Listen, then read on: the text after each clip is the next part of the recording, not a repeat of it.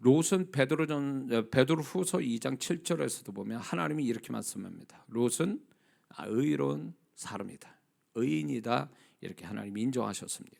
그러나 그는 하나님께 복받을 의인이었지만 오늘 이 본문의 사건을 기점으로 불행과 비극의 인물이 되어간다는 것입니다.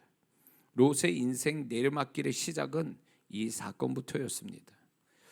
그런데 이 사건은 비단 롯만의 문제가 아니라는 것입니다. 롯의 문제는 이 세대 사람들이 가지고 있는 심각한 문제이며, 더 나아가서 롯의 문제와 결말은 예수님으로 인하여 의인된 우리에게도 동일하게 있을 수 있다라는 것입니다. 또한 롯의 문제는 오늘을 사는 믿는 자 속에 사단이 역사하는 포인트가 있다는 것을 하나님이 알려주시는 겁니다. 그리고 롯의 문제는 결국 믿는 자 삶 속에 불행의 원인을 계시하고 있어서 하나님은 우리에게 경고하시고 알리시는 것입니다. 그렇다면 무엇이 롯의 과연 롯의 문제는 무엇인지, 또 롯에서 우리의 모습이 무엇인지를 이 본문을 통해서 우리가 알려고 합니다. 첫 번째는 롯의 불행과 비극의 시작점은 아브라함의 목자와 롯의 목자 간의 다툼이 있었습니다. 이 다툼이 결국 롯의 첫 번째 문제가 됩니다. 삼촌 아브라함과 직접적인 다툼은 아닐지라도 양쪽의 목자의 다툼은 결국 분리 분열을 가져오게 되죠. 그런데 롯은 삼촌 아브라함과 분리와 분열을 하지 않고도 다툼을 끝낼 수도 있는 지혜로운 방법을 찾지 않았습니다. 롯은 다툼으로 인한 지리적 어떤 마음적으로 완전히 분리와 분열을 선택했다는 것입니다. 그 땅이 아무리 좁다 할지라도 생각해 보세요. 그때야 무슨 큰 도시가 있겠습니까? 뭐가 있겠습니까? 그럼에도 불구하고 롯은 삼촌 아브라함과 함께 이제 떠나가기를, 분리와 분열될 것을 선택을 했죠. 같이 조금씩 떨어지면서 같이 살 수는 없었을까요? 있었을 거라고 좀 봅니다. 그러나 롯은 이 다툼을 기점으로 해서 삼촌으로부터 지리적으로 멀리 떨어지고 또 심령적으로 또 분리가 분열이 되는 이쪽으로 롯은 선택했습니다. 근데 이것이 오늘날 우리가 사는 세상이 과거의 어느 세상보다도 다툼과 분리와 분열에 극대화된 세상에 우리는 살고 있다는 것입니다.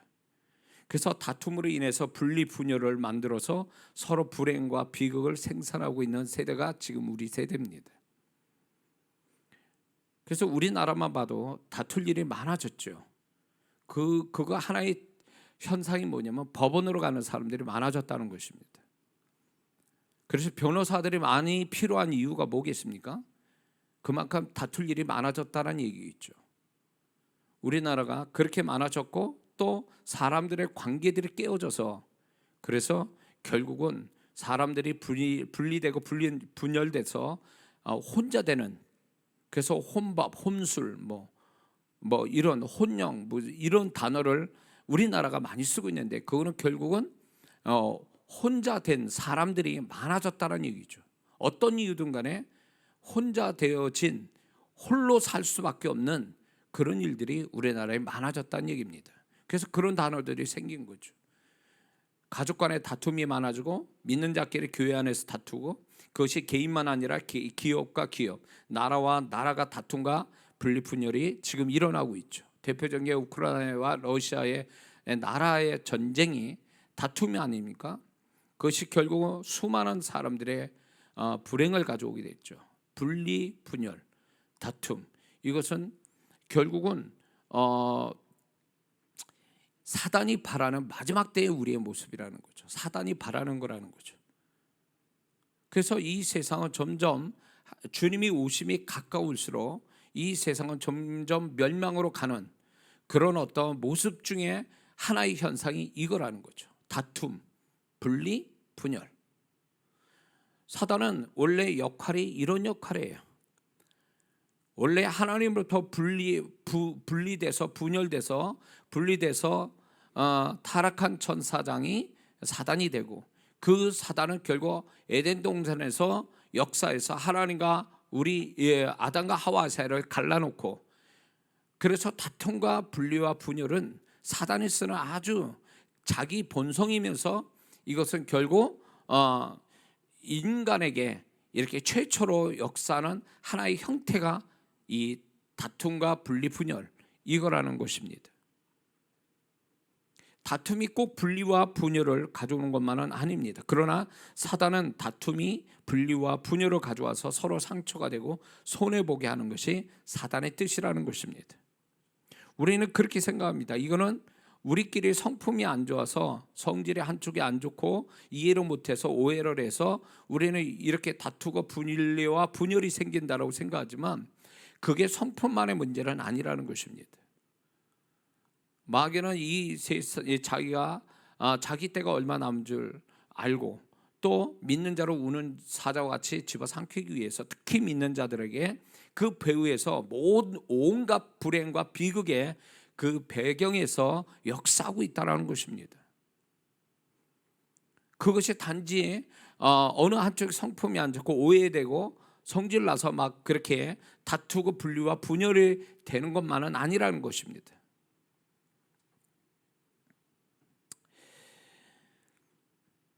다툼과 분리와 분열이 많은 이 세상이 과연 정상적이냐? 그럴 때 그건 아니겠죠. 믿는 자 삶 속에 이런 모습이 당연한 겁니까? 그건 아닙니다. 왜 그런 줄 아세요? 하나님은 그렇게 생각하시지 않기 때문에 그렇습니다.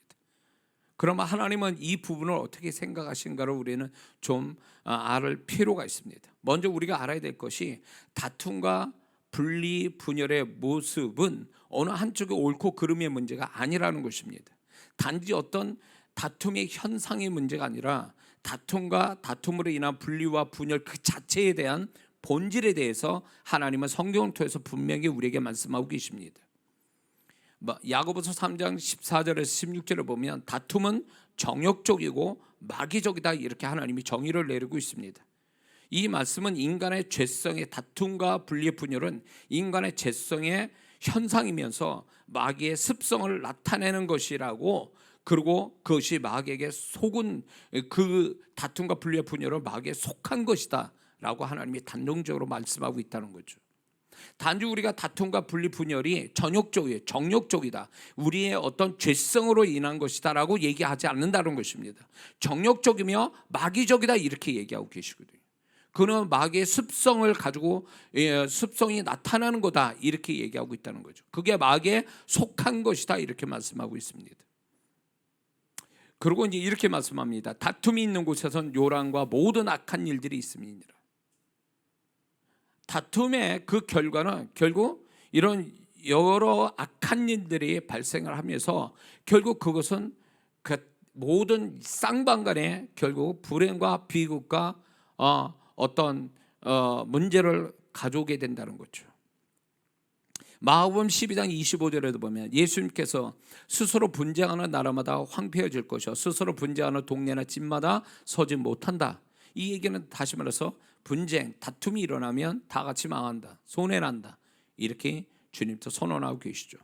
디도서 3장 9절을 보니까 어리석은 변론과 족보 이야기와 분쟁과 율법에 대한 다툼을 피하라. 이것은 무익한 것이요 헛된 것이다. 다툼에 대해서는, 분쟁과 다툼에 대해서는 그건 무익하고 헛된 것이다 이렇게 말씀하고 있습니다. 고린도전서 3장 3절을 보면 다툼은 어리석고 수준 낮은 육신에 속한 자라는 것을 증명하는 것이다 라고 하나님은 얘기하고 계세요.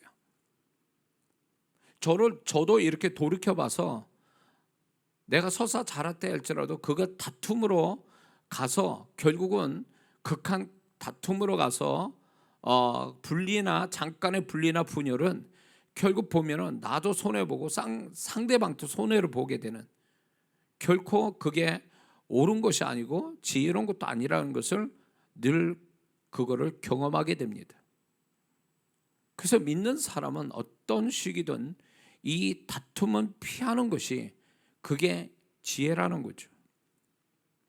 이 다툼과 분리와 분열은 사단이 좋아하는 것이요 사단의 역사가 그 속에 있고, 믿는 자는 결국 이 다툼과 분리와 분열이 결국 누구에게 영광을 주거나 누구한테 이익을 주는 게 아니라 같이 쌍방간에 손해를 보는 거다라고 하나님은 말씀하고 있습니다.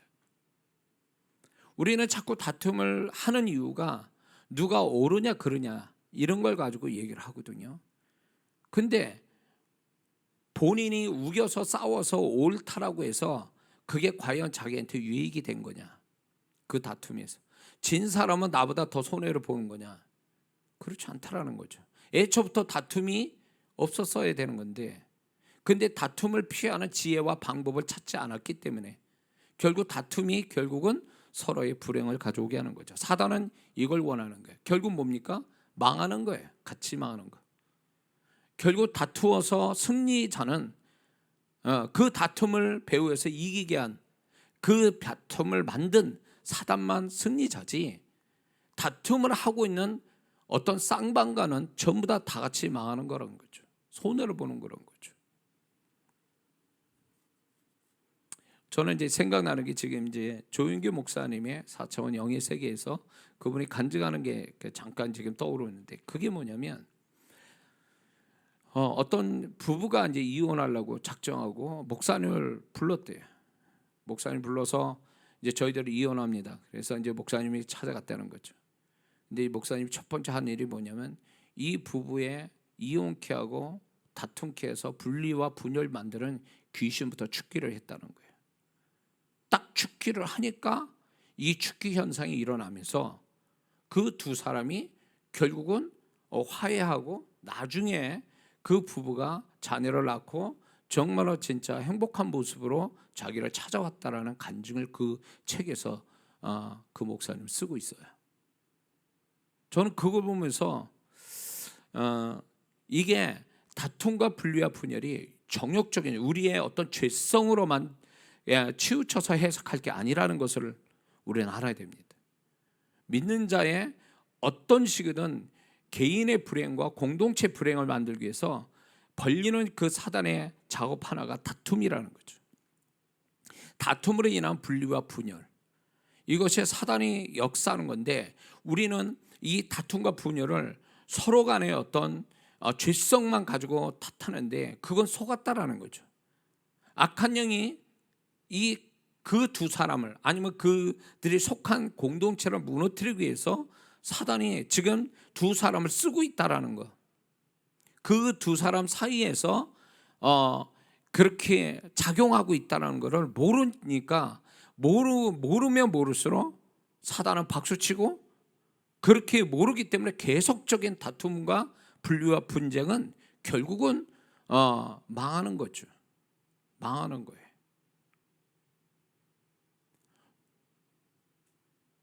저는 여기에서 다툼과 분리 분열에서 또 하나의 악한 영이 이 다툼과 분리와 분열을 일으키는 하나의 중간에서 역사는 또 다른 영들이 있다는 걸 발견하게 됐어요. 사역 속에서.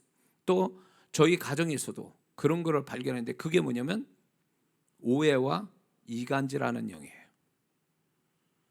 분명히 나는 이런 뜻으로 얘기했는데, 저하고 제 박 목사도 이제 아무리 목사 부부래도 그게 그렇게 거룩하게 맨날 살겠습니까? 의견이 안 맞아서 다툴 수도 있죠. 근데 이제 그 다툼에서 제가 곰곰이 그걸 영적으로 어느 날 그걸 해석하는데, 이게 다툼 속에 오해, 나는 분명히 이렇게 좋은 뜻을 얘기했는데 또 제 안에는 그거를 오해하는 거예요. 근데 그게 이 오해케 하는, 오해를 하게 만드는, 오해될 일도 아닌데 오해케 하는 영들이 있다는 걸 알게 됐어요. 나중에 보니까. 또 하나가 이간질하는 거예요. 서로가 그렇지 않은데 그럴 것이다라는 자꾸 생각을 넣어주는 거죠. 그런 걸로 인해서 상대방을 안 좋게 보게 만드는, 그것도 이간질이거든요. 이간질하는 영의 역사가 있는 거예요. 그래서 저는 이 두 가지 영이 반드시 좋은 사이에 좋은 관계를 갖는 사람들 속에 이게 역사하고 있다고 보는 거예요. 그래서 믿는 자들은요, 영적으로 깨어서 이런 걸 분별할 수 있어야지. 그걸 하나의 죄성으로만 보고 네가 잘났니 내가 잘났니, 네가 잘못했니 내가 잘못했니, 이런 식으로만 얘기하면 끝이 없어요. 그래서 계속 상처를 서로 내는 거죠. 그래서 공동체를 깨버리는 거, 이게 사단이 원하는 바라는 거죠. 그래서 여러분들이 감정적으로 화가 나더라도, 다툼이 일어나서 화가 나더라도 한 번쯤 제가 이 이야기하는 거를 한번 죽기를 해보세요. 그러면 우리들 이 사이에 아니면 그 배경에 악한 년들이 조종하고 역사하고 있다는 것을 발견하면 섬찟할 거예요.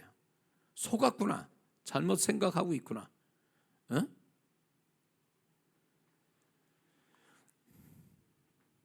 하나님은 다툼이 아니라 화목하는 것이 하나님 뜻이라고 말씀하고 있습니다. 또한 다툼으로 인해서 분리 분열을 하는 것이 아니라 일치와 연합하는 것이 하나님의 뜻이라고 분명히 말씀하고 있습니다. 로마서 5장 10절 11절에 곧 우리가 원수되었을 때 그 아들 죽으심으로 말미암아 하나님으로 더불어 화목되었은즉 이제 우리는 화목을 얻게 하신 우리 주 예수 그리스도로 말미암아 하나님 안에서 더욱 즐거워하느니라. 골로새서 1장 20절에 그의 십자가의 피로 화평을 이루사 만물 곧 땅에 있는 것이나 하늘에 있는 것들을 그로 말미암아 자기와 화목되기를 기뻐하심이라. 에베소서 2장 14절에 그는 우리의 화평이신지라 둘을 하나로 만드사 중간에 막힌 담을 허셨다, 이렇게 하나님 말씀하고 있습니다. 하나님이 예수 그리스도로 말미암아 우리를 화목하게 하시고 화평케 하셨다, 이렇게 말씀합니다. 그 화평케 하고 화목케 하신, 또 일치와 연합을 가져오게 하신 그 하나님 예수 그리스도, 그분을 우리는 닮아야 되고 또 그렇게 되게 하기 위해서 성령님이 우리 가운데 역사하고 있다는 걸 잊지 말아야 될 줄 믿습니다. 그러므로 믿는 자는 어떤 연합될 수 없는 조건이라 할지라도 우리는 예수 그리스도의 그의 피와 또 성령님으로 인해서 그분의 마음으로 인해서 언제든지 우리 일치와 연합을 가져오고 화목하고 화평할 수 있다는 것을 우리는 그걸 절대적으로 믿고 살아야 될 줄 믿습니다. 그러므로 예수 믿는 사람이 세상 관점으로 그것 때문에 우리는 다툴 수밖에 없어, 분리와 분열이 나올 수밖에 없어 라고 하는 세상적 그런 논리에 속아가지고 그게 믿음이 돼서 그렇게 산다면 그 사람은 예수 그리스도로 말미암아 거대한 이 구원의 하나님과 우리 사이를 하나로 만들어 주신 예수 그리스도의 은혜를 모르는 자요, 그 은혜가 임하지 않는 자라는 겁니다. 예수님이 그렇게 만들어 주신 그 은혜가 우리에게도 있고 우리의 삶에 흐르고 있다는 것입니다. 성령님은 또 그런 은혜를 통해서 하나님과 우리 사이를 하나로 만들고 화평케 하는 것을, 우리의 살아가는 삶 속에 모든 나의 관계된 것들을 그리고 화평코 화목하게 하고 일치와 연합을 가져오게 성령이 역사하고 있다는 것, 우리는 이게 더 크게 믿어지고 이걸 의지해서 우리의 사단이 우리에게 분열과 다툼과 분리를 가져오는 것들을 극복하고 그런 것들이 사라지게 만드는 것이 믿는 자의 모습인데, 세상 사람을 따라가면서 우리는 다툴 수밖에 없는, 분리와 분열을 가질 수밖에 없다라는 이런 논리로 계속 간다면 하나님의 은혜, 이 십자가로 말미암아 생겨난 그 은혜는 하나도 경험 못한다는 겁니다. 하나님의 화평이 그분의 목적이에요.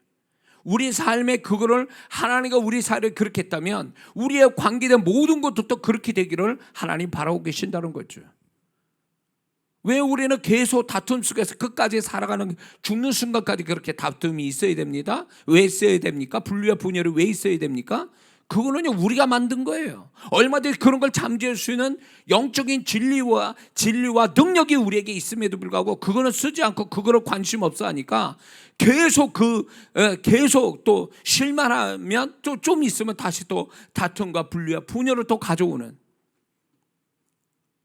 그래서 결국 내가 맞다라는 거, 그걸 계속 주장하기 위해서 다툼이 있어야 되고, 저 사람이 잘못된다는 걸 지적하기 위해서 또 다툼과 분리와 분열을 가져야 되는 거.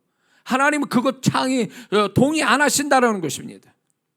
누가 옳으냐 그러냐의 문제가 아니라 이 다툼과 분리와 분열의 근본적인 본질이 뭔가를 하나님은 십자가를 통해서 얘기하고 계시고 있는데, 우리는 그거에 대해서 전혀 우리는 믿으려고 하지 않고 아멘하지 않고 세상 사람 같이, 아니면 자기 어떤 의나 자기 자존심을 지키기 위해서 자꾸 다툼과 분리와 분열을 만든다면 그 사람은 계속 사단에게 속아가는 것이고, 결국 누구도 승리하지 못하는, 결국은 다 같이 망하는 비극이 온다라는 거죠. 하나님 바라지도 않는 거예요, 그게 사실은. 응?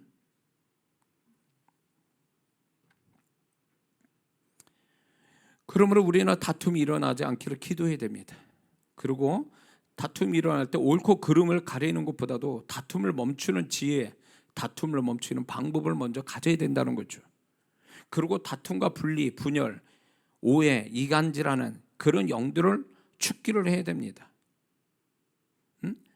또한 다툰다고 해서 분리, 분열이 최선이 아니라는 것을 알아야 됩니다.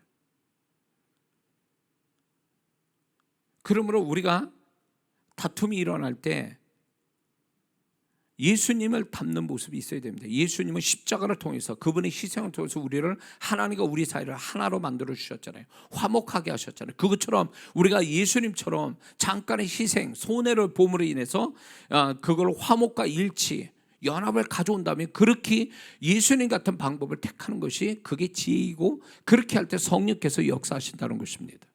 믿습니까? 예수님이 본을 보여주셨잖아요. 그분의 죽으심으로, 그분의 희생을 통해서, 그분의 손해를 통해서 우리와 하나님 사이를 하나로 만들어주시고 화목케 하셨다라고 선언하고 있는데, 그러면 우리도 당연히 그 예수님을 따라간다면 결국 다툼과 분리와 분열은 뭔 줄 아십니까? 자기가 손해 안 보겠다라는 거예요. 내가 옳다라고 믿는 거죠. 내 자존심을 지키는 거죠. 그것은 결국 십자가의 정신에서 벗어나는 거죠. 예수님 같이 희생, 좀 더 다툼 대신 화평, 분열 대신 일치를 가져올 수 있다면 예수님 같은 희생이 있어야 된다는 거죠. 그 희생이 바보 짓을 하는 게 아니라, 그게 결국 손해로 끝나는 게 아니라 결국 그것도 하나님이 보상하시는 때가 있다라는 거죠. 하나도 손해 안 보려는 이기적인 생각이 결국 서로를 망하게 만드는 거죠. 그건 사단이 좋아하는 일이에요. 그러나 예수님 같이 조금 희생하고 손해보고 내가 한 번쯤 바보 되는 거, 자존심 낮추는 거, 그래서 일치를 가져오고 또 거기에서 화목하게만 될 수 있다면 그건 하나님의 방법이에요. 그게 하나님이 역사할 수 있는, 그것이 오히려 서로가 다 잘되게 하는, 사단의 계략을 깨트릴 수 있는 방법이라는 것을 우리는 깨달아야 될 줄 믿습니다. 우리는 사람관계나 공동체 안에 화목케 하신 주님을 늘 초청하고 사는 사람이 되어야 됩니다.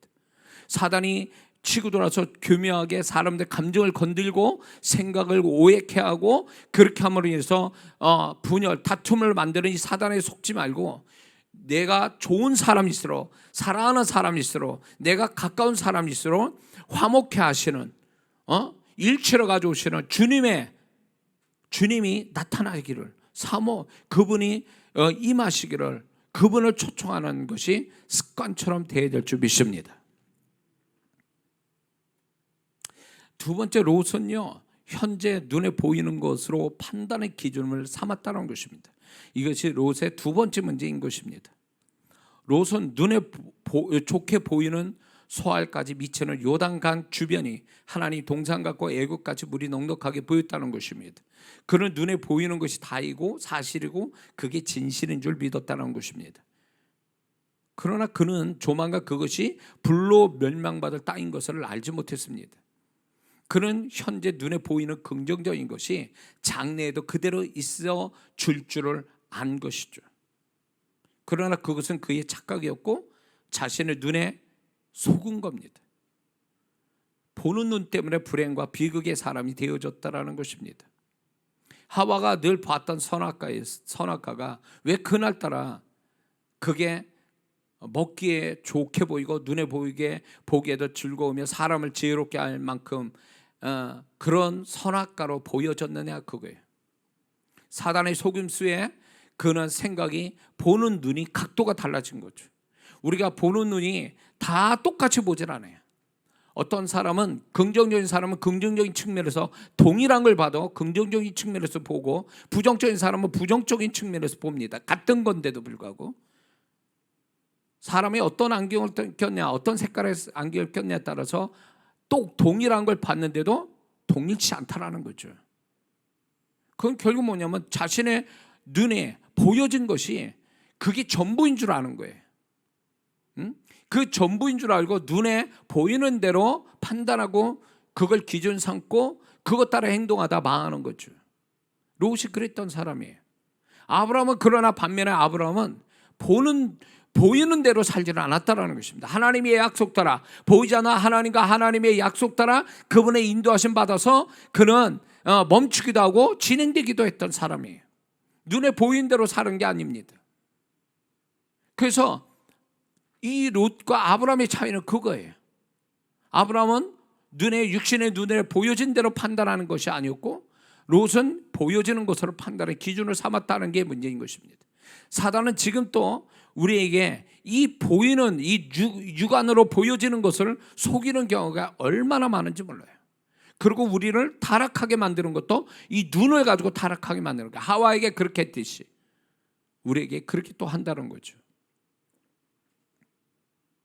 지금 이 세상을 가만히 영적으로 좀 분별해 보면 색깔, 어떤 디자인 이 두 가지로 인해서 굉장히 사람들을 현혹하고 그걸로 인해서 타락하고 있다는 거죠.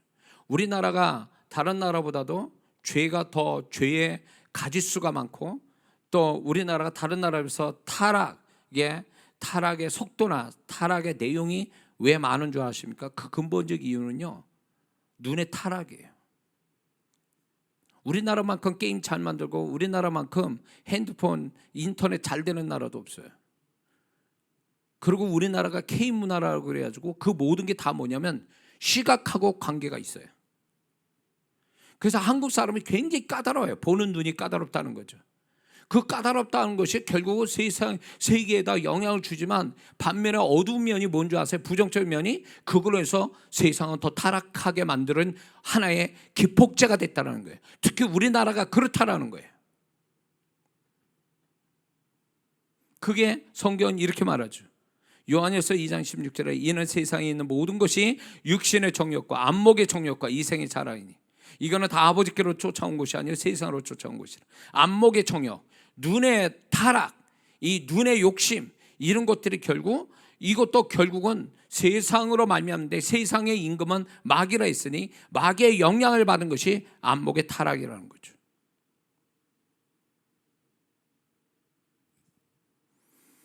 이스라엘 백성들이 보이는 걸로 판단했죠.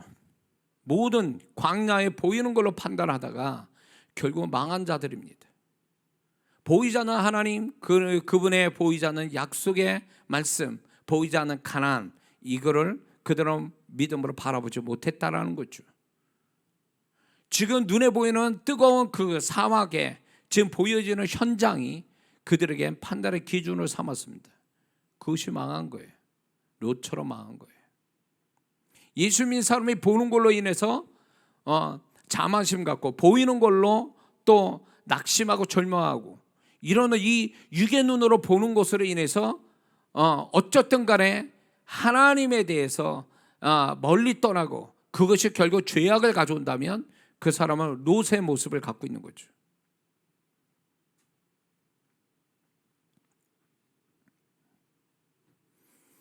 만약에 우리가 보이는 것이 모든 판단과 믿음의 대상이 된다면 그 사람은 현대판 롯의 모습을 지금 가지고 있는 거예요. 예수 믿는 사람이 눈에 보이는 지금 현찰 얼마가 있다라는 그거, 눈에 보이는 거, 지금 눈에 보이는 그 모든 사물들, 관계들, 사람들 이런 것들이 그 사람의 모든 판단의 기준과 행동의 기준으로 삼는다면 그 사람은 반드시 실패할 겁니다. 왜? 하나님은 우리를 보이는 것 가지고 살게 하시지 않고 보이지 않는 하나님과 그분의 말씀을 따라 살게 우리를 구원하셨기 때문에 그러십니다. 결국 우리가 천국에 가는 것도 우리가 봐서 가는 겁니까? 아니잖아요.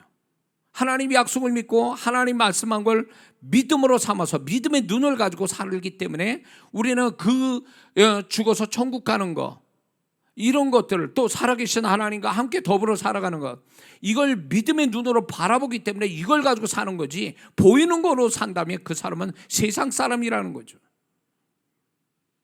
하나님이 바라시는 믿음의 사람은 아닌 거죠. 우리는 눈으로 보고 사는 사람이 아니에요. 육안으로 보고 사는 자가 아니라 믿음의 눈으로 바라보며 사는 자인 것을 우리는 알아야 될 줄 믿습니다. 우리는 알아야 됩니다. 보이는 현실이 다가 아니라는 것을. 언젠가는 그게 바뀔 수 있다는 것. 그래서 지금 잘 된다고 잘 되는 것도 아니에요. 지금 안 된다고 안 되는 것도 아니에요. 근데 마귀는 계속 우리가 보여지는 현실에 자꾸 거기에 속아 넘어가기를 기다리고 우리를 그렇게 미혹하고 유혹하고 그리고 속이죠.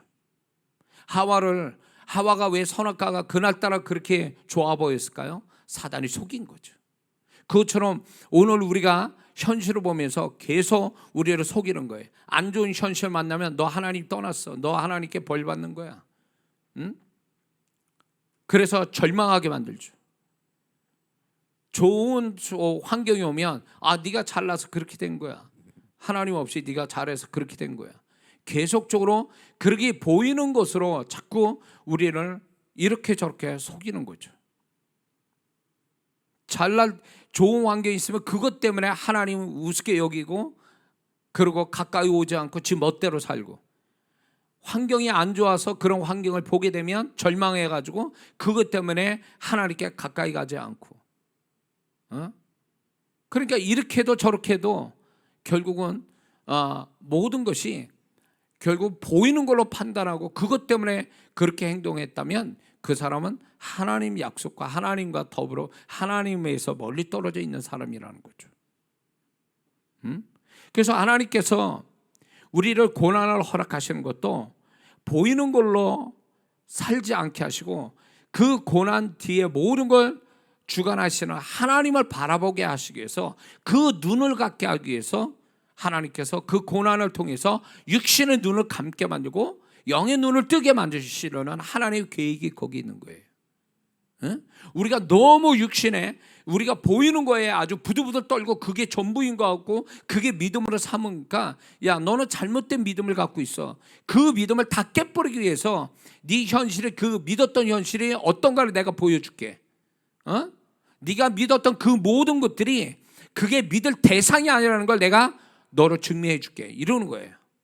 그래서 배신당하게 하고 그런 것들이 내 눈앞에 사라지게 만들고, 그렇게 해서 결국은 믿을 것이 아니다, 내 육신의 눈으로 믿었던 것들이 정말 믿는 것이 아니었다, 그건 믿어서는 안 된다는 걸 하나님이 계속 얘기하시는 거죠. 우리 환경에 그런 사건들을 주시는데 그거를 모르고 계속 사람 믿죠, 돈 믿죠, 환경 믿죠, 여러 가지 자기가 하고 있는 일을 믿고 있습니다. 그래서 하나님이 질투하신 하나님이라, 네가 육신의 눈으로 보고 그걸 믿고 있는 그거에 대해서 나는 질투한 하나님이라 너의 믿고 있는 그 우상을 내가 다 깨버린다는 거예요. 그 하나님이 다 깨버리는 거예요.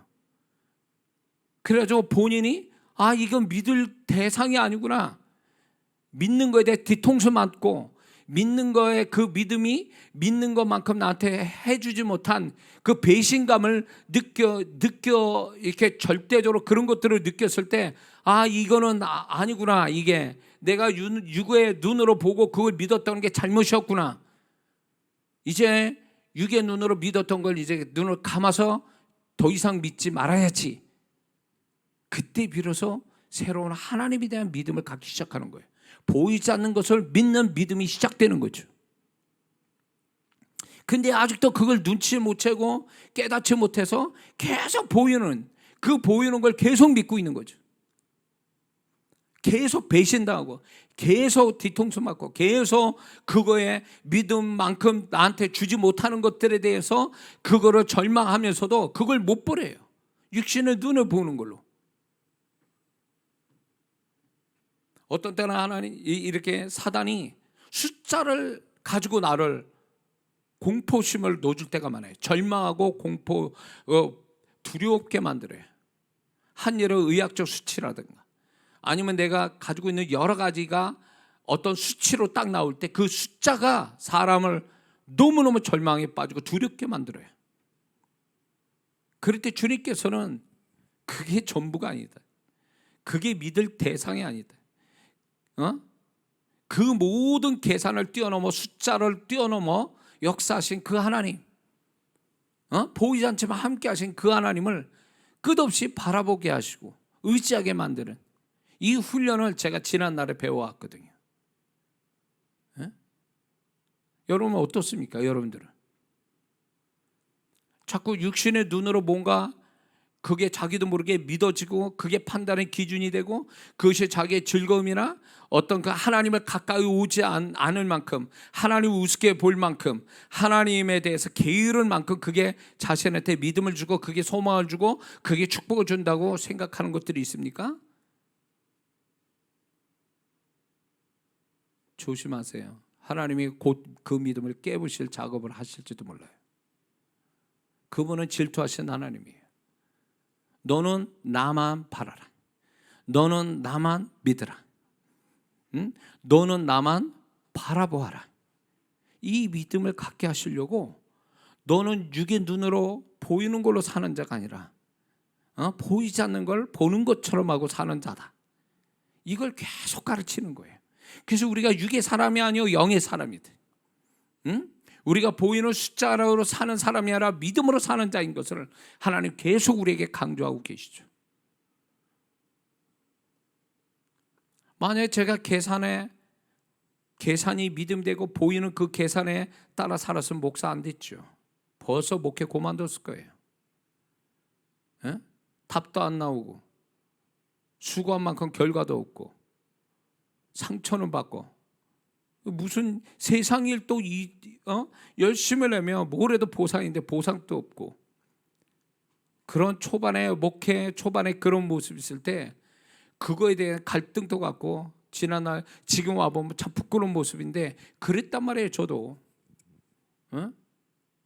근데 하나님은 그런 것들을 극복할 수 있도록 보이지 않는 걸 보는 것처럼 믿는 믿음을 주셔서 그 믿음으로 여기까지 살아온 거죠. 여러분도 마찬가지예요. 사단은 계속 속이는 거죠. 눈에 보이는 대로 살으라고. 그 보이는 것으로 실망하고 보이는 것으로 우월감 그것 때문에 신나하고 그렇게 살아라는 거예요. 롯처럼.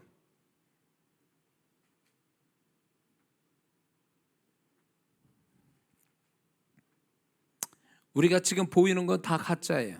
내일 어떻게 될지 몰라요. 몇 시간 후에 어떻게 뒤집어질지도 모르는 거예요. 그렇기 때문에 우리는 눈에 보이는 것을 판단을 삼고 그 믿음으로 삼으면 큰일 납니다. 우리는 모든 것이 다 그게 허상일 수도 있어요. 잠깐 있다가 사라지는 안개와 같은 거라고요.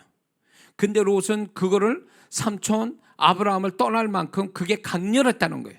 눈에 보이는 것이 삼촌과 더불어 같이 사는 것보다 더 그게 좋았다라고 생각했던 거죠. 근데 오늘날 많은 믿는 자들은 그거예요. 하나님을 믿는 것보다 세상을 믿고 숫자를 믿는 그 믿음 때문에 하나님께 가까이 오지 않다고 세상에 더 깊이 들어가고 세상에 더 열심을 내고 있는 거죠. 그렇게 어떻게 될까요?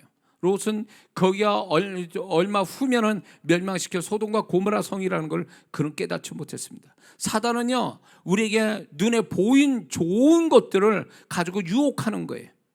그래서 동물이나 식물 세계에서 독이 있는 것들이 보면은 굉장히 화려하죠. 독보석 같은 게 식물에도 그렇고 동물도 보면 아주 독을 가지고 있는 그런 동물이나 식물이 더 아름다워 보여요. 사단이 이런 식이에요. 우리를 좋아 보이니까 그게. 우리는요 지금 보이는 게 전부가 다가 아니다. 광야 1세대는요 광야가 전부인 줄 아는 거예요. 그들은 믿음의 눈으로 가나안 땅, 이 광야보다 훨씬 몇백 배 더 좋은 가나안 땅이 있다는 걸 믿음으로 바라보는 일에 실패한 사람들이에요. 지금 눈에 보이는 것이 전부라고 생각하고 그게 자기 인생의 전부다라고 보는 거야. 전부가 아니라 그건 일부에 지나지 않고 지나가는 과정이 지나지 않는 것을 그들은 그걸 믿지 않았습니다. 그게 전부인 거로 생각해 절망하고 있었던 거죠. 여러분 지금 처하고 있는 모든 지금 눈에 보이는 환경들, 현실이 지금 영원할 것 같습니까? 영원하다고 생각해서 절망하고 불평하고 원망하고 있습니까? 그 사람은 아직 멀었어요. 보이지 않는 하나님과 그분의 말씀을 믿고 살기는 아직 멀은 신앙이라 이거예요. 어린아이 신앙이라는 거예요. 어린아이 신앙이 보이는 대로 그냥 믿어버리고 보이는 걸로 판단하는 사람들이에요.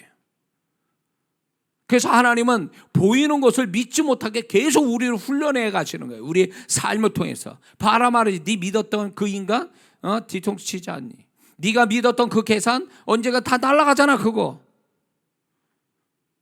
보이는 것에 믿지 못하게, 보이는 것을 신뢰하지 못하게, 보이는 것에 내가 그것을 판단의 기준으로 삼지 않도록, 행동의 기준으로 삼지 않게 얼마나 하나님이 우리를 다스려 가시냐 말이에요. 어느 정도 돼야 여러분들이 보이는 것에 믿음을 갖지 않고, 보이지 않는 하나님, 아브라함처럼 보이지 않는 하나님이 어디를 가든 나는 어디든 가겠다라고 하는 그런 어떤 믿음의 사람이 언제쯤 되겠냐 말이에요.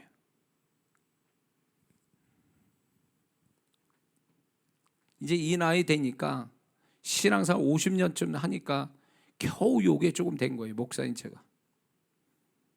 그래서 지금 벌어지는 현상에 대해서 전혀 요동하지 않을 수 있는 마음이 지금은 있죠. 잘 되든 못 되든 그런 것들에 대해서 전혀 요동하지 않는, 그게 내 믿음이나 내 판단이나 내 소망이 될 수 없다는 걸 알고 있기 때문에. 어떻습니까, 여러분들은? 현대판 롯의 모습을 가져다내려면 보이는 것 가지고 여러분들은 판단의 기준으로 삼지 마세요. 그걸 믿음으로 삼지 말라는 거예요. 그건 잠깐 지나가다 사라지는 것들이에요. 그게 어떻게 뒤집어질지 아무도 모르는 거예요. 지금 좋아서 그게 좋은 것 같습니까? 그게 내일이면 그게 소돔과 고모라 성이 될 수도 있는데,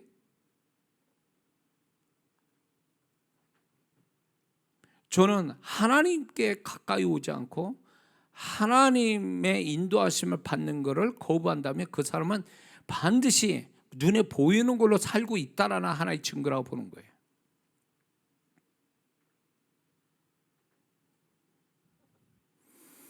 그러므로 우리가 이 롯의 모습을 가지지 않으려면 눈에 보이는 것에 속지 말라는 거예요. 속지 말고 우리는 우리에게 정말로 우리를 속이지 않고 영원히 우리에게 정말로 진리, 그 하나님과 그분의 말씀을 우리가 끝까지 믿는, 그 보이지 않는 걸 보이는 것처럼, 보는 것처럼 믿음을 가진 자. 히브리서 11장 1절에 믿음은 바라는 것이 실상이요, 바라는 것, 주님이 명확하게 정확하게 배신하지 않는 그 하나님과 그분의 말씀을 바라보는 그런 신앙으로 살아야 될 줄 믿습니다. 세 번째, 롯은요, 욕심으로 인해서 인간적 상식을 버렸다라는 것입니다. 이게 롯의 세 번째 문제인 것입니다. 그는 더 좋은 것을 차지하고 싶은 마음에 윗사람인 삼촌에게 좋은 것을 양보하지 않고 자신이 차지할 만큼 욕심이 작용했다라는 것입니다. 그것이 그의 비극의 사람으로 만들었습니다. 그는 윗사람을 존중하여 요단강을 강가를 아브라함에게 양보했다면, 그래서 그가 다른 곳에 갔다면 그 뒤에 오는 불행과 비극을 그는 피할 수 있었다라는 거죠. 근데 가만히 보면 롯은요, 세상 말로 말하면 싸가지가 없는 사람이죠. 삼촌 분명히 위계 질서가 있는데, 삼촌 아브라함에게 자기가 보기에도 그렇게 좋았다면 그 삼촌한테 양보를 하고, 자기가 아랫사람이니까 분명히 그 다음 차선을 선택해야 되는데도 불구하고 그는 그렇게 권유하지도 않고 그냥 보여진 대로 자기는 더 좋은 곳으로 가버렸다. 아브라함 자기 삼촌을 버릴 만큼 그것이 좋았다라는 거예요. 삼촌한테 양보하지 않고 정말 그냥 빈말이라도 물어보지 않은 채 자기가 좋아하는 것을 선택했다라는 것이 결국 이것의 비극의 원인이 된 거죠. 근데 이것이 이 세대의 사람들의 모습이에요. 자기 이기적인 욕심 때문에 상식과 도리와 경우와 예의와 양심을 버리는 거죠. 자기 이기적인 욕심을 채운다면 부모도 없고 형제도 없어요. 자식도 없어. 가까운 사람, 사랑하는 사람한테 배신하는 거 식은 죽 먹기죠. 이게 오늘 우리의 살아가는 세대의 모습이죠. 결국 그 모든 것들을 보면 욕심이 깔려 있어요.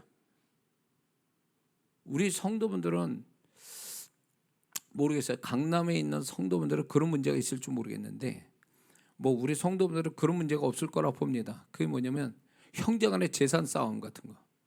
제가 주변에 이제 몇 사람 그런 얘기를 듣는데 그놈의 재산 싸움. 이 부모도 형제도 없어요. 이 재산 싸움에는. 그게 밑바닥이 뭔지 아세요? 욕심이에요. 누가 한 사람에 대한 욕심이 작용해서 다툼이 생기고 그게 법원까지 가고 죽이니 살리니 얘기가 되고 말이에요. 그게 결국 뭐냐면 이기적인 욕심이죠. 욕심이다 보니까 사람이 지켜져야 돼. 사람이기 때문에 기본적으로 지켜야 될 상식, 도리, 경우, 예의, 양심 이런 게 하나도 없는 거죠. 근데 이 세대 사람이에요. 이게 사람 노릇 못하는 거죠. 이런 모습에. 이것이 서로의 비극을 가져오는 거죠. 야고보서 1장 15절에 욕심은 죄를 낳는다고 그랬습니다. 그리고 그 죄가 사망을 가져온다고 그랬습니다. 욕심은 반드시 죄를 가져오죠. 요한복음 8장 44절에 너희는 너희 아비 마귀에서 났으니 너희 아비의 욕심을 너희도 행하고자 하느니라. 여기서 주님의 말씀이 이게 뭡니까? 욕심은 마귀의 습성이라고 주님 말씀하는 거예요. 그러므로 욕심을 가진 자는 사단의 덫에 걸렸거나 걸릴 확률이 높다라는 얘기죠.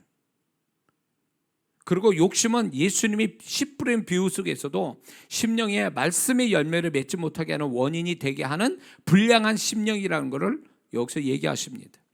마가복음 4장 19절에 이런 말씀이 있어요. 세상의 염려와 재리의 유혹과 기타 욕심이 들어와 말씀을 막아 결실치 못하게 되는 자요 이랬습니다.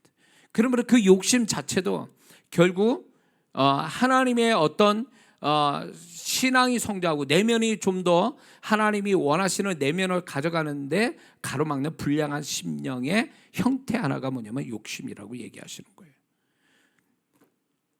그런데 하나님은 이렇게 말씀합니다. 이렇게 선언하세요. 갈라디아서 5장 24절에 그리스도 예수의 사람들은 육체와 함께 그 정과 욕심을 십자가에 못 박았느니라. 그거대로 살지 못하게 했다라는 거예요. 하나님이 더 이상 욕심으로 살면 너는 끝장난다.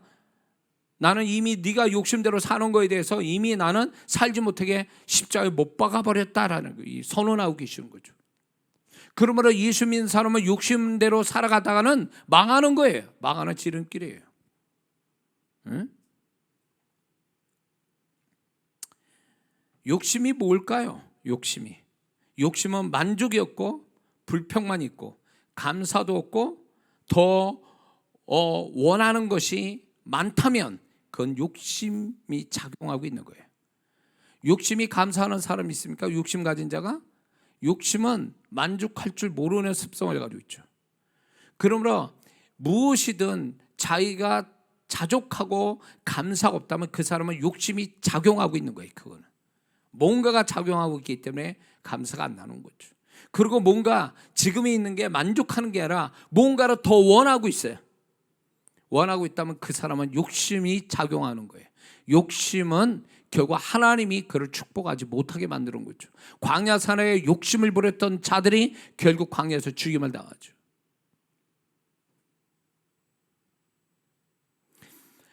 그러므로 우리는 먼저 경우와 도리, 상식과 양심 이걸 버리고 은혜도 모르는 이기적인 태도, 비인격적인 태도를 반드시 버려야 됩니다. 교회 안에 상식도 안 되고 인격도 안 되는 사람들이 있다면 이거 위험해요. 왜냐하면 하나님의 축복은요 기본적인 상식이 있고 인격이 되는 가운데서 역사하는 거지, 이 롯과 같이 삼촌을 제껴놓고 자기가 원하는 대로 원하는 것들을 욕심껏 이렇게 선택하는 그거에선 역사하지 않거든요.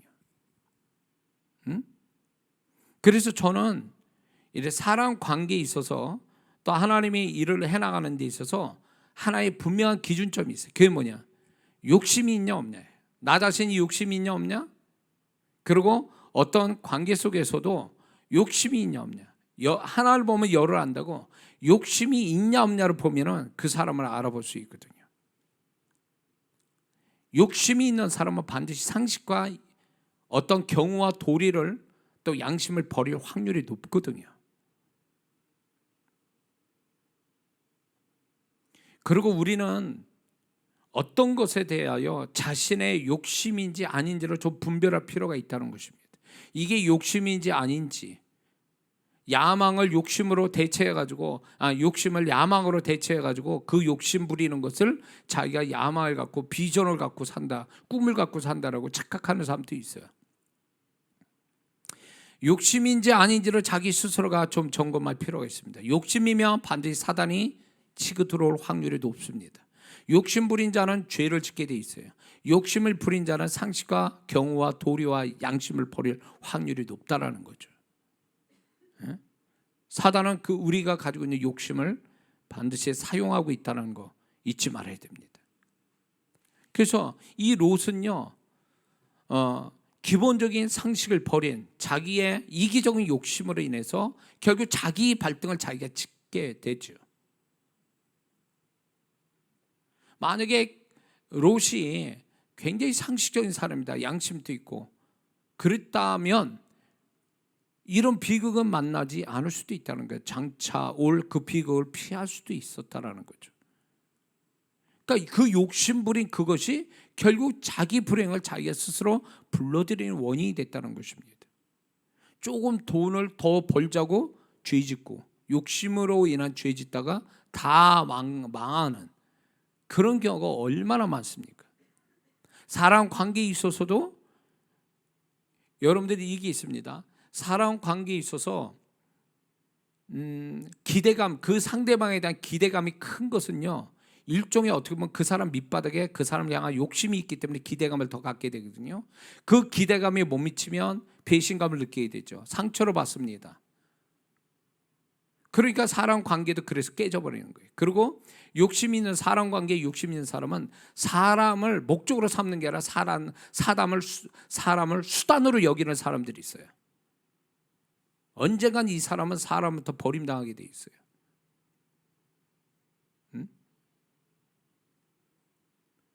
저는 그래서 이런 게 있어요. 제 자신이, 제가 이렇게 사람 관계에 있어서 제가 스스로 정해놓은 게 있냐면, 뭐가 있냐면 기대감을 안 갖는 거예요. 그게 그러니까 길게 사람을 담백하게 사람과 긴 관계, 좋은 관계를 가질 수 있는 저 자신의 태도라고 보는 거예요. 자꾸 뭔가 상대방을 기대하고 있다는 것은 그게 그 사람이 좋아서 기대감을 가질 수는 있어요. 그러나 그것도 가만히 내 심령을 밑바닥을 계속 들여다보면 일종의 그 사람에 대한 욕심이에요. 내가 욕심을 가진 그것이 그 사람을 자꾸 기대감을 갖게 만들고 그 기대감에 못 미치면 내가 그 사람한테 실망해요. 그 사람은 그 사람 자체 아무 뭣도 없는데 내가 자꾸 기대감을 가져서 그 사람을 자꾸 내가 실망하고 내 자신이 스스로 실망하고 그래서 그 사람이 미워 보이고 그 사람과 또 다투는 원인이 되고 왜 그 짓을 하냐고. 그래서 기대감을 갖는다는 그것이 좋은 의미 같지만 왜 기대감을 나는 그 사람한테 가지고 있는가를 자기를 깊게 한번 들여다볼 필요가 있어요. 그게 자기 욕심인지, 그 사람을 선하게 봤다는, 선하게 본 걸로만 끝나면 다행이에요. 그런데 그것이 그 사람이 자기도 모르게 그 사람이 그러기 때문에 나한테 좀 어떻게 또 잘 대했으면 좋겠다, 잘 대해줬으면 좋겠다라는 생각이 든다면 그 밑바닥에 그 사람 욕심이 깔려 있는 거예요. 그래서 저는 사람을 기대하지 않고 사는 게 나도 상처 안 받고 그 사람에 대해서 좋은 관계를 계속 가지고 갈 수 있는 비결이다.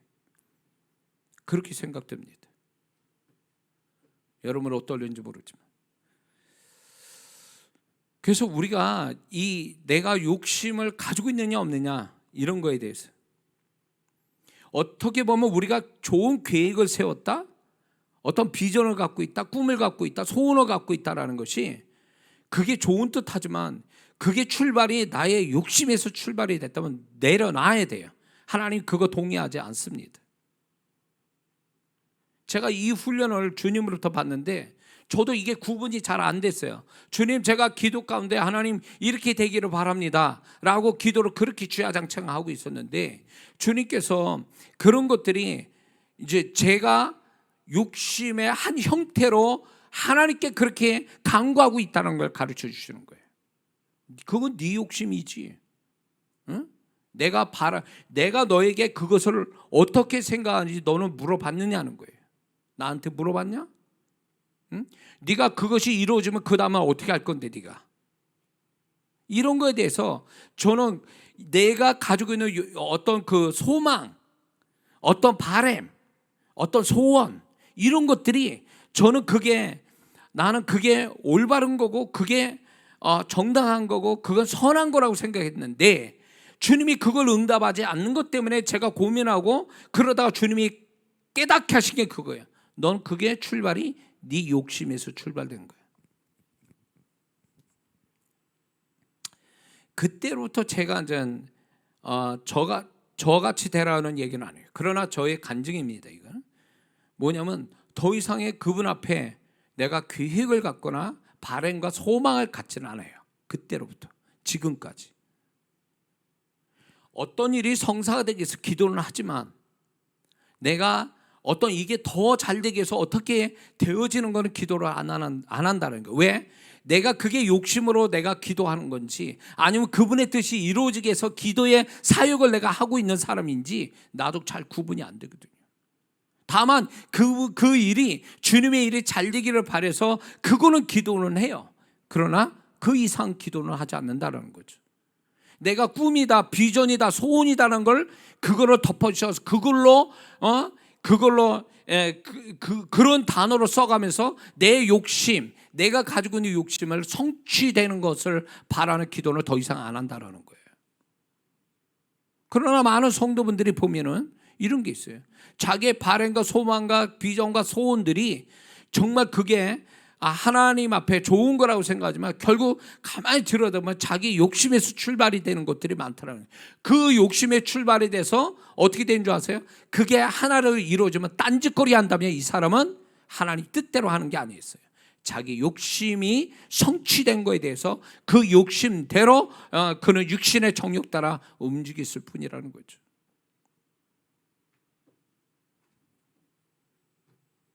조심해야 돼요. 비전, 꿈, 소원, 바람, 소망, 정말 그 모든 것들이 과연 하나님 앞에 욕심 없이 그분의 뜻이 이루어지기 위해서 내가 간구하는 거냐는 거예요.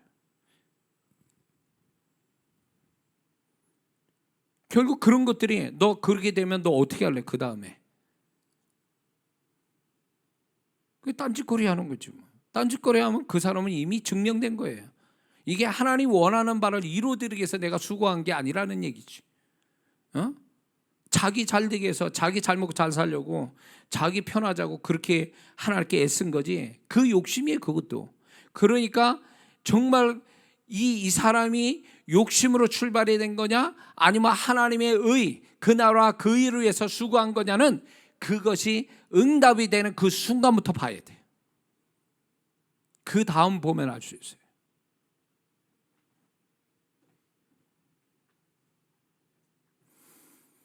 많은 사람이 이걸 포장해요. 자기 비전과 꿈과 소원이고 소망이다라는 걸로 포장을 해서 그럴싸하게 만들지만 결국은 하나님은 그 사람 밑바닥을 보신다. 심령 밑바닥을. 그분에게 인정받는 심령의 밑바닥에 주님이 왜 내가 이렇게 하는 거에 대해서 주님께 인정받을 수 있는 마음의 동기가 있다면 그 사람의 그 기도는 응답이 쉽게 올 겁니다. 그리고 하나님이 안심하고 응답을 주실 거예요.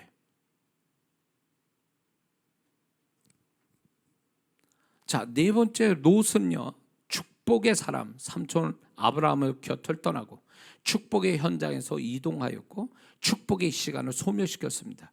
이것이 롯의 마지막 문제인 것입니다. 롯은 축복의 사람, 축복의 현장, 축복의 시간에서 떠났다라는 것이에요. 이게 롯의 불행과 비극이 실제적으로 시작되는 기점이 된 겁니다. 그랬어야만 했느냐는 거예요. 그렇게 소유물이 많아가지고 목자가 다툼을 한 그것이 과연 그가 요단 강가에 소돔 땅으로 들어갈 수밖에 없는 이유가 될 수 있느냐? 그건 아니라 보는 거예요. 아까 얘기한 그의 욕심이 깔려 있는 거죠. 그리고 아브라함을 그렇게 쉽게 떠날 수 있는 것은 여기에 이 롯의 문제가 있는데, 왜 그렇게 쉽게 떠났을까? 아브라함을. 그거는요, 롯은 자기가 잘나서 자기 스스로 잘된 것으로 착각하고 있었다는 거예요. 자기 스스로 착각했다는 거예요. 응? 그래서 롯은요, 아브라함을 떠날 만큼 아브라함의 존재를 무시하고, 그는 아브라함이 하나님 앞에 누구인지를 모르고 있었다라는 거를 모르고 있었다라는 거예요. 아브라함이 분명히 창세기 12장에 보면 그는 복의 근원이고, 그가 온 큰 민족을 이루는 하나님이 택한 사람이었단 말이에요. 그게 붙어서 롯이 그가 부자가 되고 잘된 거 아니에요? 아브라함이 어떤 사람이에요? 그러니까 롯은 아브라함으로 인해서 하나님이 택한 복의 사람인 아브라함과 곁에 있어서 잘된 사람이에요. 축복의 사람, 축복의 현장, 축복의 시간을 가진 사람이라고, 아브라함으로 인해서. 그러나 롯은 그렇게 생각 안 한 거예요. 그러니까 아브라함은 쉽게 떠나죠. 아브라함이 너 떠나라 그래도 아닙니다. 삼촌이 어떤 사람인데 나 안 떠납니다. 이래야 마땅한 거예요. 근데 그는 아브라함을 쉽게 떠날 수 있었던 거는 결국 뭐냐? 아브라함이 더 이상 자기한테 도움이 안 되고, 아브라함이 자기가 볼 때 별거 아니라는 걸 생각한 거예요. 무시한 거죠. 자기가 스스로 해서 잘 돼서 잘 되는 사람인데 뭘 아브라함까지 뭐 붙들고 있을 필요 뭐 있는가, 이 생각이에요. 이게 얼마나 엄청난 착각입니까?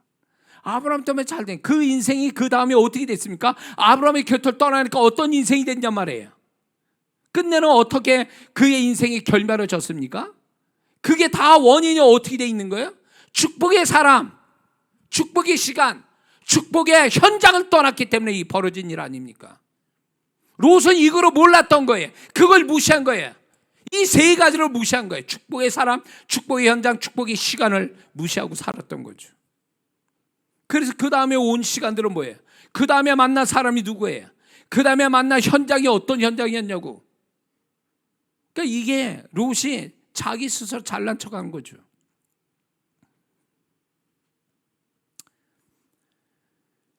그는 무지에서 나온 교만이에요. 이거는 이 세 가지를 몰랐던 데서 나온 롯의 교만인 거죠. 오늘날에도 목사의 눈으로 볼 때 이런 성도들이 있습니다. 내가 스스로 잘하고 있기 때문에 목사도 교회도 필요성을 못 느껴요. 그래서 목사도 교회도 무시합니다. 목사가 기도해 준다도 괜찮습니다, 이런 사람들이에요. 그러니까 이런 성도가, 그래서 나중에 처음에 교회에 들어와서는 은혜를 잘 받다가 은혜가 안 돼요. 은혜가 안 되니까 그 다음에 판단을 해요. 그리고 교회가 뭐 이 교회만 있나? 그리고 저 교회에 다고. 그게 뭘 의미하는 줄 아세요? 이 사람은요, 이런 성도는요, 자기가 잘났기 때문에, 자기가 스스로 잘 하고 있는 사람이기 때문에 굳이 교회와 목사가 필요 없다라는 거예요. 그래서 집안에 앉아서 인터넷으로 유튜브를 통해서 예배 드리는 거죠. 나한테 교회 필요 없어. 목사도 필요 없어. 뭐 내가 지금 잘하고 있는데 뭐 기도도 하고 잘하고 뭐 잘하는데 뭐가 필요해? 교회 올 필요 없다라는 거예요.